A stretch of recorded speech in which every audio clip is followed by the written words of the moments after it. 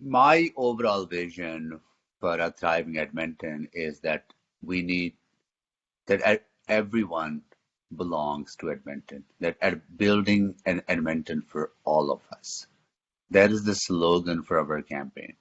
What that means is the ability to have a well-paying, decent job to live on, to raise a family, and save enough for retirement.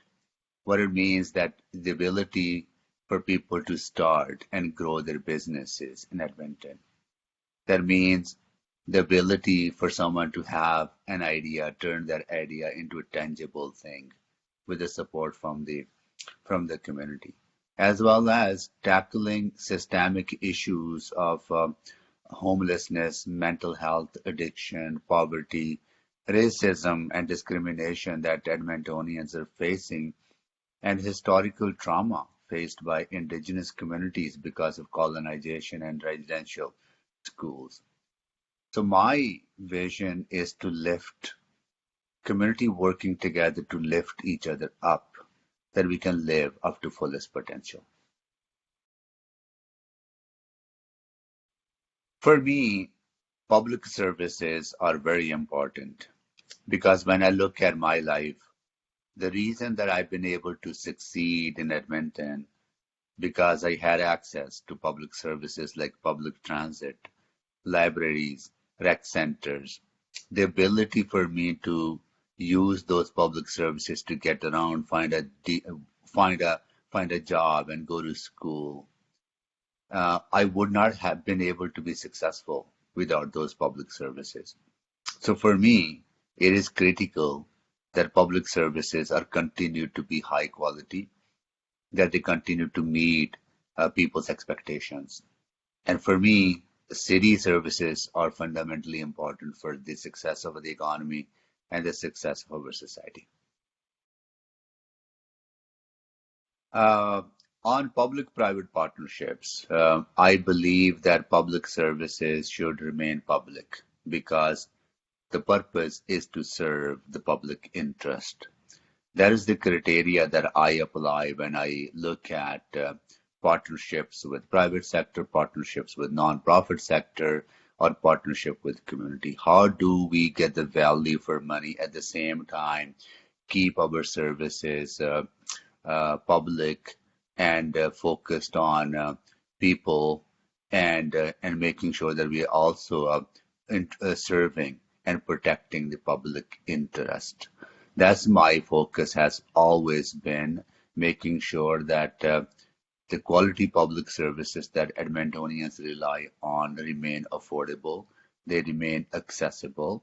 And also, when we evaluate these partnerships, we should actually be looking at the life cycle cost of the project, not just the immediate construction cost, but when you factor in the operational cost. In many cases, partnerships, particularly when there's a profit motive, sometimes don't work, right? So that's why keeping public services public is important and making sure that they're open and accessible and affordable for Edmontonians.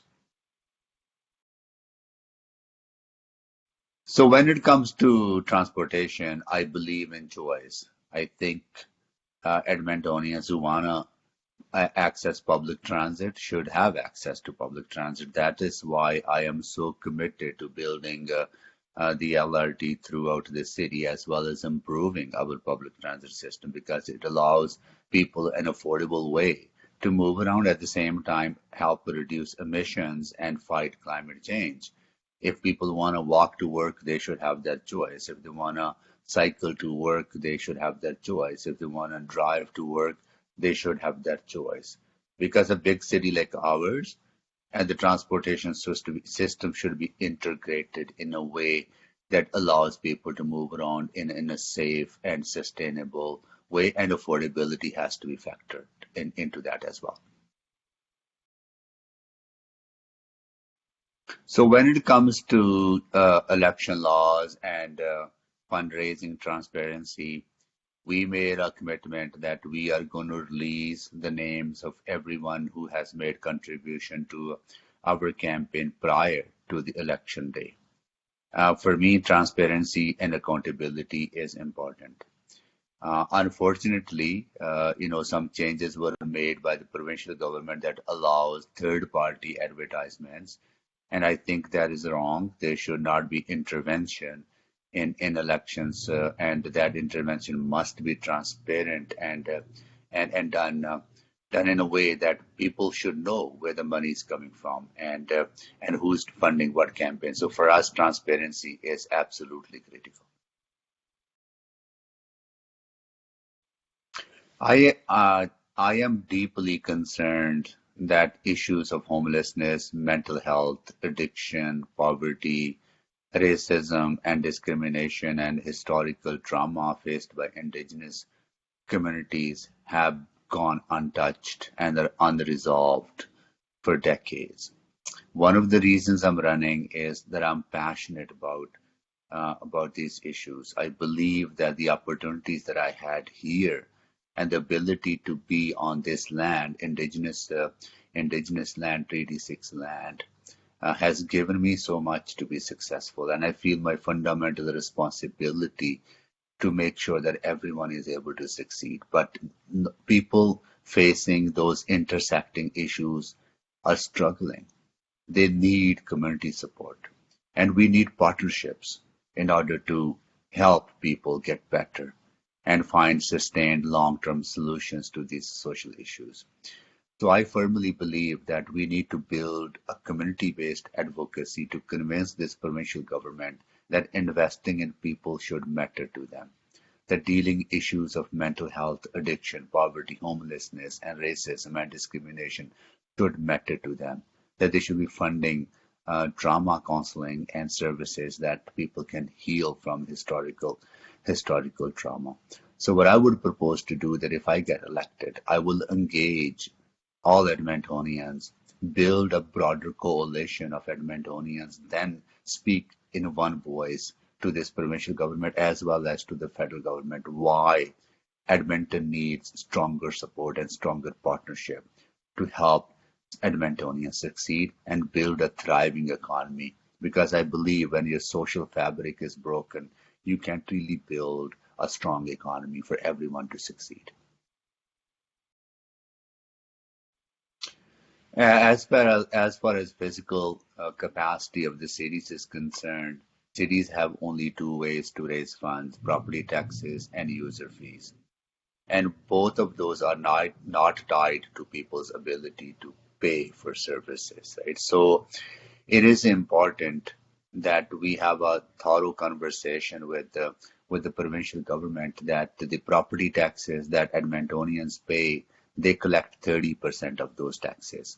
They say that is to fund education, but that is not the case. It goes to the general revenue of the province, and there's no accountability on those 30% of the taxes that they collect from property taxes.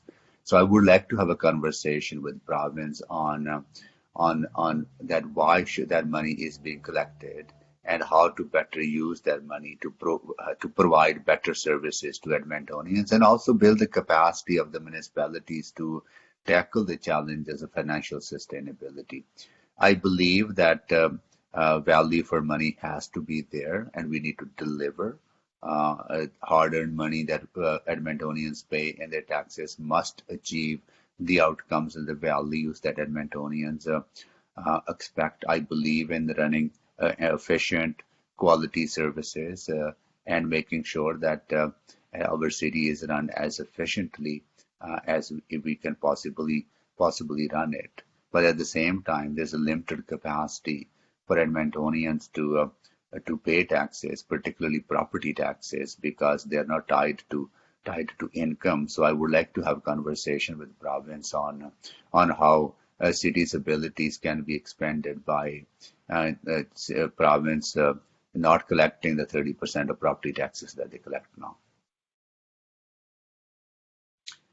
What I would say, Brad, is that I came to Edmonton with nothing. This is a city that enabled me, that this is a city that lifted me up to be successful. That was possible because we offer quality public services. So the people out there who are delivering and running our city, whether they're bus drivers, whether they're healthcare professionals, whether they're, store clerks, whether they're building our transit system. The workers are building this city. Workers are making a difference each and every day to lift people like me who come here and try to build their life, and I have done that. So I have a deep appreciation for hardworking Edmontonians, and I promise that I will continue to work hard on their behalf if I'm given the opportunity to represent them.